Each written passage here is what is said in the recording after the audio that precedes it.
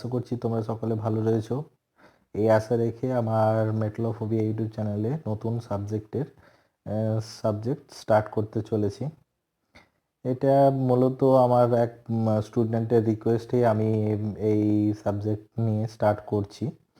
তো এটি সাবজেক্টের তোমরা স্লাইডে দেখে বুঝতে পারছো নন ফেরাস মেটালস অ্যান্ড অ্যালয়, যেটা মেটালার্জি ডিপ্লোমার 6 সেমের সাবজেক্ট। যাতে আমার 6 সেমের মেটালার্জির স্টুডেন্টদের যাতে হেল্প হয় সেই সূত্রে আমি এই ভিডিওটা করছি, যাতে তোমাদের এই ভিডিও থেকে তোমরা কিছু লাভ তোমরা পাও। তো চলো শুরু করা যাক। আচ্ছা, মেটালার্জিতে আমরা মূলত দুটো মেটালকে দুটো ভাগে ভাগ করে থাকি, একটা ফেরাস মেটাল আর একটা নন ফেরাস ম্যাটেরিয়ালস। ফেরাস মেটাল সম্বন্ধে তোমরা অলরেডি জেনে রয়েছো। ফেরাস মেটালস বলতে আমরা সাধারণত আয়রন বেস মেটেরিয়ালসকে বুঝে থাকি। ফেরাস মেটেরিয়ালস যদি এক্সাম্পল দিতে বলো, সেগুলো স্টিল, কাস্ট আয়রন এসবগুলোকে তোমরা বুঝে থাকো। তো এই স্টিল, কাস্ট আয়রন বা মূলত যেসব স্টিলগুলোকে আমরা ইউজ করে থাকি, সেগুলো নর্মালি আমরা ধরো কনস্ট্রাকশন পারপাস বলো, যে কোনো পারপাসে আমরা ইউজ করে থাকি। তো কেন আমরা নন ফেরাস মেটেরিয়ালসকে আমরা ইউজ করব ইনস্টেড অফ ফেরাস মেটালার্জি, মানে ফেরাস মেটালার্জির মেটেরিয়ালস মানে স্টিলের পরিবর্তে কেন আমরা নন ফেরাস মেটেরিয়ালসকে ইউজ করব? তো নন ফেরাস মেটালার্জিকে আমরা নিয়ে এসেছি এই কারণেই, আমরা বহু স্টিল মেটেরিয়াল যার স্ট্রেংথকে আমরা একটা পার্টিকুলার টেম্পারেচারে তার স্ট্রেংথকে পাই না, বা বলতে পারো কোনো স্টিলের যার ইম্প্যাক্ট ক্যাপাসিটি খুবই কম, লোয়ার টেম্পারেচারে ইম্প্যাক্ট ক্যাপাসিটি খুবই কম, তাই আমরা যাতে বেটার ক্যাপাসিটি বা ধরো আমি যদি তোমার লোহার দিয়ে কথা বলি, তাহলে তার ইলেকট্রিক্যাল কন্ডাক্টিভিটি যদি দিক থেকে দেখতে চাই, তাহলে হচ্ছে ইলেকট্রিক্যাল প্রপার্টিস কিন্তু আমরা ফেরাস মেটেরিয়ালসের সাহায্যে করতে পারি না। তাই এরকম বহু অ্যাপ্লিকেশান রয়েছে যার কারণে আমরা ফেরাস মেটেরিয়ালসকে আমরা ইউজ করতে পারি না। যেমন হচ্ছে ধরো একটা গাড়ি তৈরি বা অটোমোটিভ ইন্ডাস্ট্রিতে নর্মালি তোমরা নিশ্চয়ই জানো যে লোহার ডেনসিটি অনেকটা, মানে লিকুইড আয়রনের ডেনসিটি অনেকটাই বেশি।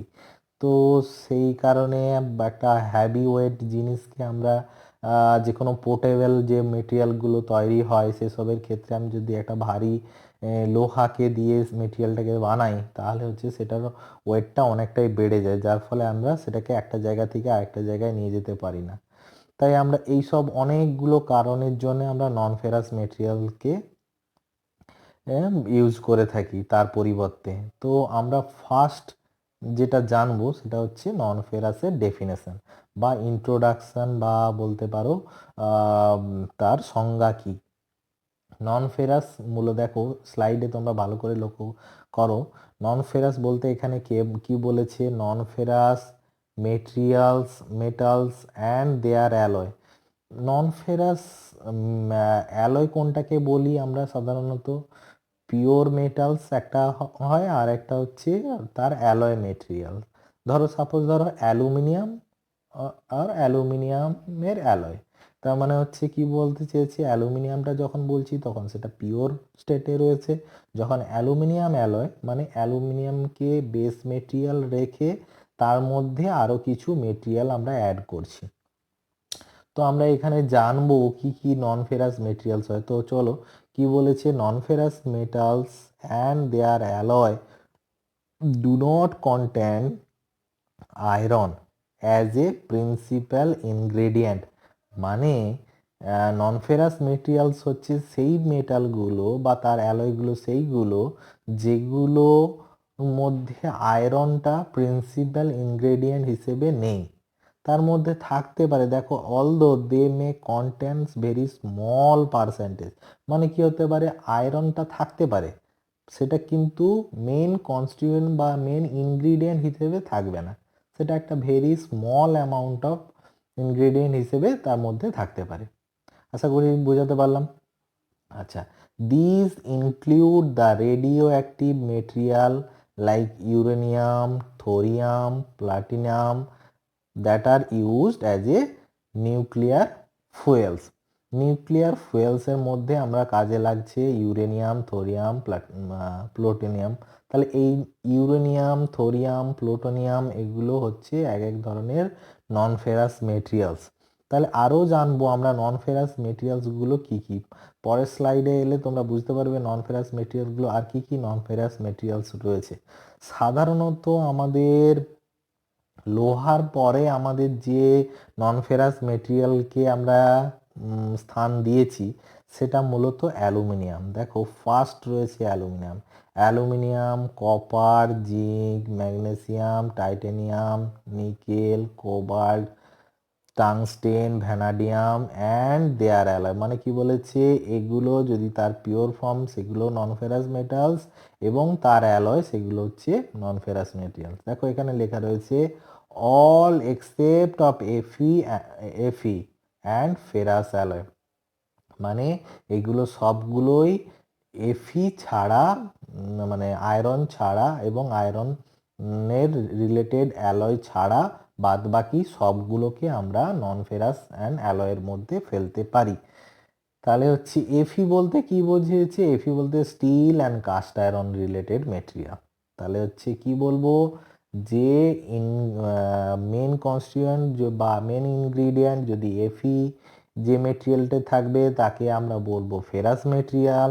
আর যে মেটেরিয়ালের মধ্যে এফিটা মেন কনস্টিটিউয়েন্ট বা মেন ইনগ্রিডিয়েন্ট হিসেবে থাকবে না, ভেরি স্মল অ্যামাউন্ট পরিমাণ থাকবে যে মেটেরিয়ালের মধ্যে, এফি বাদ দিয়ে বাদ বাকি মেটেরিয়ালটা খুব বেশি পরিমাণে থাকবে, তাকে আমরা বলবো কি নন ফেরাস মেটেরিয়ালস। আচ্ছা, নন ফেরাস মেটেরিয়ালস যে রয়েছে আমরা দেখো আরও একটু তোমরা ভালো করে বুঝতে পারবে এই স্লাইডের মাধ্যমে। দেখো মেটাল যে কোনো দেখো মেটাল যে কোনো মেটালকে ভাগ করা যাচ্ছে আমরা দুটো ভাগে, ferrous metals and non ferrous metal. এই ফেরাস মেটালকে আমরা যদি দুটো ভাগে ভাগ করে থাকি, যে কোনো ফেরাসটাকে দুটো ভাগে ভাগ করছি, দেখো pure ferrous metal and ferrous alloy.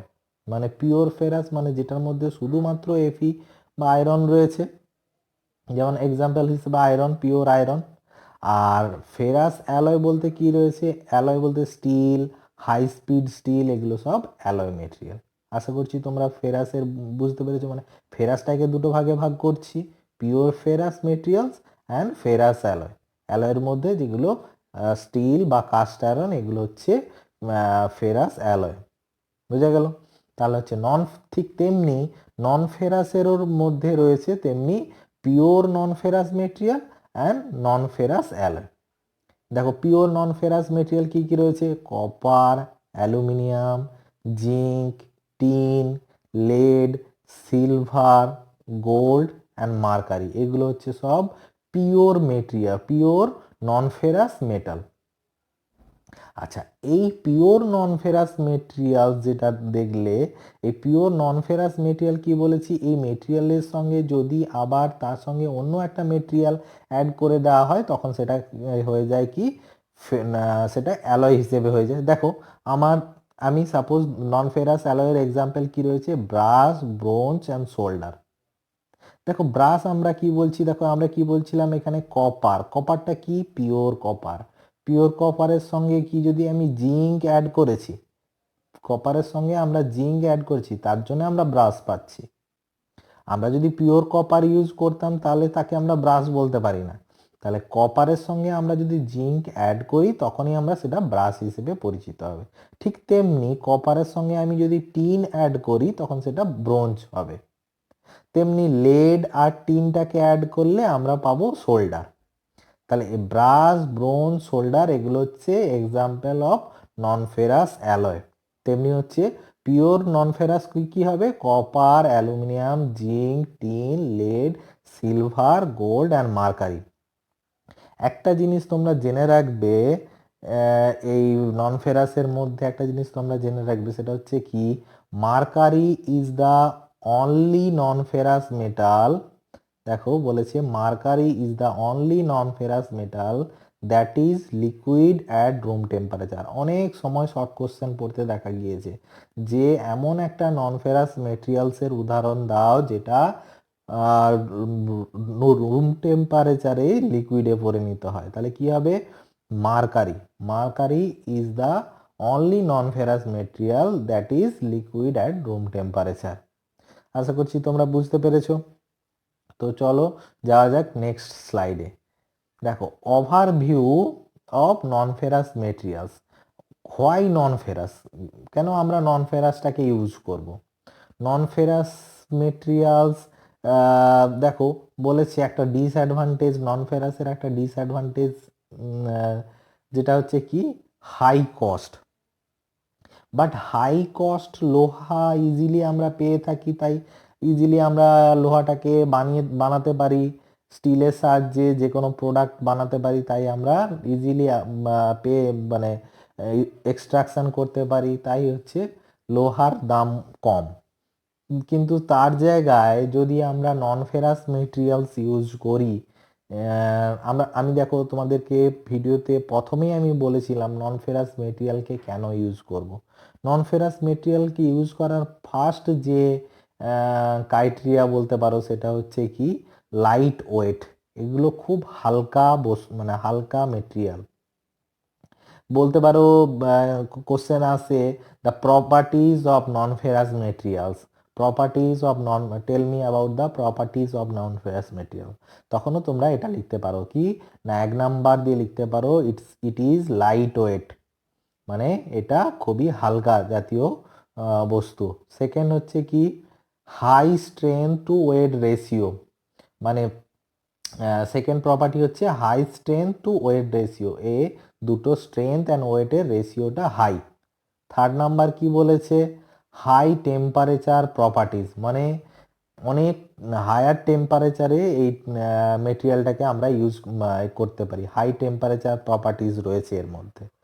Fourth কি বলেছে, ফোর্থ রয়েছে অক্সিডেশন রেজিস্টেশন, মানে ধরো যে সব মেটেরিয়াল আমরা দেখো লোহাকে বা আউটার অ্যাটমসফিয়ারে রাখলে ইজিলি সেটার মধ্যে অক্সিডেশন বা রাস্ট যেটা বলি মোর্চা ধরে যাওয়ার চান্স থাকে, তাই আমরা এর মধ্যে কি আছে অক্সিডেশন পাওয়ার রয়েছে, অক্সিডেশন রেজিস্ট্রেশন পাওয়ার রয়েছে। ফিফথ দেখো ঠিক তারই সিমিলার রয়েছে, ফিফথ করোশন রেজিস্ট্যান্স। করোশন রেজিস্ট্যান্সের ক্ষেত্রেও আমরা নন ফেরাস মেটেরিয়ালসের একটা বেটার প্রপার্টিজ বলতে পারি। যেমন আমরা স্টেনলেস স্টিলটাকে ধরে নিই যে হাই করোশন রেজিস্ট্যান্স, তেমনি আমরা স্টেনলেস স্টিলের পরিবর্তে আমরা নন ফেরাস মেটেরিয়ালসকে ইউজ করতে পারি, সেটাও করোশন রেজিস্ট্রেশন মানে রেজিস্ট্যান্স পাওয়ার বেশি থাকে। দেখো 6 নাম্বার প্রপার্টিজ কি বলছে, বায়ো কম্প্যাক্টিবিলিটি। বায়ো কম্প্যাক্টিবিলিটি রয়েছে এর মধ্যে, অ্যান্ড লাস্ট ওয়ান যেটা রয়েছে থার্মাল অ্যান্ড ইলেকট্রিক্যাল কন্ডাক্টিভিটি। তোমরা নিশ্চয়ই জানো কপার হচ্ছে, আমি তোমাদের ভিডিওর মাধ্যমে বললাম কপার একটি পিওর নন ফেরাস মেটেরিয়াল যেটার হচ্ছে কন্ডাক্টিভিটি পাওয়ার সব থেকে বেশি, ইজিলি কন্ডাক্ট করতে পারে ইলেকট্রিককে one position to another position. তো এইসব কতগুলো প্রপার্টির জন্যেই আমরা হচ্ছে আজ লোহার স্টিলের পরিবর্তে বা ফেরাস মেটেরিয়ালের পরিবর্তে আমরা নন ফেরাস মেটেরিয়ালকে ইউজ করে থাকি। আশা করছি তোমরা নন ফেরাস মেটেরিয়াল সম্বন্ধে বুঝতে পেরেছো। লাস্ট তোমাদের স্লাইডে আমি তোমাদের জানাবো নন ফেরাস মেটেরিয়ালসগুলো, দেখো অনেকগুলো ভাগ করেছি আমি। নন ফেরাস মেটেরিয়ালকে দেখো 1 নাম্বার যেটা দেখতে পাচ্ছ অ্যালুমিনিয়াম, ম্যাগনেসিয়াম, কপার, এটা একটা গ্রুপে পড়ছে। অ্যালুমিনিয়াম, ম্যাগনেসিয়াম, কপার এটা এক ধরনের গ্রুপে পড়ছে। আরেকটা তোমাদের একটু আগেই তোমাদেরকে আগের স্লাইডে পড়ালাম যে হাই টেম্পারেচার প্রপার্টিজ রয়েছে, দেখো এই হাই টেম্পারেচার প্রপার্টিজ, তাহলে আমাকে জানতে হবে হাই টেম্পারেচার প্রপার্টিজ কোন কোন নন ফেরাস মেটেরিয়ালসগুলো হাই টেম্পারেচার সার্ভিস দিতে পারে। দেখো টাইটেনিয়াম, নিকেল, এগুলো সব হচ্ছে রিফ্র্যাক্টরি অ্যালয়, যেমন molybdenum, niobium, tungsten, ট্যান্টুলিয়াম, super alloy, এগুলো সব হচ্ছে কি আমাদের নন ফেরাস হাই টেম্পারেচার সার্ভিস দিতে সক্ষম। মানে এগুলো আমরা মানে হাই টেম্পারেচারের ক্ষেত্রেও এইসব মেটেরিয়ালকে আমরা ইউজ করতে পারি। দেখো লো মেল্টিং পয়েন্ট, নন ফেরাসের কিছু কিছু মেটেরিয়ালস আছে যেগুলো লো মেল্টিং পয়েন্ট, যেমন লেড, জিঙ্ক, টিন, এগুলোর হচ্ছে খুবই কম লোয়ার মেল্টিং টেম্পারেচার থাকে। তাই এগুলো হচ্ছে একটা লোয়ার মেল্টিং পয়েন্ট যুক্ত অ্যালয়। তাই হচ্ছে এগুলোকে একটা ভাগে ভাগ করেছি। 4 নম্বরে দেখো বেরিলিয়াম অ্যান্ড জিরকোনিয়াম, এগুলো এক ধরনের হচ্ছে নন ফেরাস মেটেরিয়ালস। প্রিসিয়াস মেটেরিয়ালস মানে হচ্ছে মানে খুব যেগুলোকে আমরা অলংকার হিসেবে জুয়েলারি ক্ষেত্রে আমরা যেসব এগুলো ইউজ করে থাকি, গোল্ড, সিলভার, প্লাটিনাম, এসবগুলোকে আমরা ইউজ করে থাকি। স্পেস স্পেস মেমোরি মেটেরিয়ালস, তোমরা হায়ার স্টাডি যদি করো তখন তোমরা বুঝতে পারবে স্পেস মেমোরি অ্যালয়ের ক্ষেত্রে আমরা বহু যেমন হচ্ছে আমরা এরোপ্লেন, যেসব এরোপ্লেন বা ধরো যে বিমানের যেসব পুরো যন্ত্রাংশ থেকে শুরু করে যেসব মেটেরিয়ালগুলো তৈরি হয় সেগুলো সাধারণত হচ্ছে আমরা নন ফেরাস মেটেরিয়ালস, আরও হচ্ছে তার ডেভেলপমেন্ট নিয়ে আমরা ইউজ করে থাকি। 7 নাম্বার দেখো amorphous alloy, metallic glass amorphous alloy রয়েছে। 8 নাম্বারে দেখো মেটাল ফর্মস, ন্যানো মেটালস, এগুলো হচ্ছে সব আলাদা আলাদা ভাগ, যেগুলো হচ্ছে কিসের মধ্যে পড়ছে, আমাদের নন ফেরাস মেটালস অ্যান্ড অ্যালয়ের মধ্যে পড়ছে। তো তাহলে এই ভিডিওটার মাধ্যমে আমরা কি কি বুঝতে পারলাম যে নন ফেরাস মেটেরিয়ালসটা কি, কেন আমরা নন ফেরাস মেটেরিয়ালটা পড়ব, এবং তার নন ফেরাস মেটেরিয়ালের প্রপার্টিসগুলো কি কি রয়েছে, বা হাই টেম্পারেচারের ক্ষেত্রে আমরা কি নন ফেরাস মেটেরিয়াল ইউজ করতে পারি। কপার কে আমরা হাই কন্ডাক্টিং মেটেরিয়াল বলে থাকি। লো মেল্টিং মেটেরিয়ালগুলো কি কি। ওকে, আশা করছি তোমরা সবাই ইন্ট্রোডাকশান ক্লাসটা বুঝতে পেরেছো। আমার নেক্সট ক্লাসে আমাদের যে পিওর অ্যালুমিনিয়াম এবং অ্যালুমিনিয়ামের অ্যালয়, কপার এবং কপারের অ্যালয়, এসবগুলো আস্তে আস্তে করে আলোচনা করব বিস্তারিত। তো তোমরা আশা করছি আমার চ্যানেলটাকে সাবস্ক্রাইব করবে, এবং যদি তোমাদের ভিডিওটা ভালো লাগে তোমার বন্ধুদের মধ্যে শেয়ার করবে, এই আশা রেখে আজকের মতো সমাপ্তি করছি। Thank you watching this video.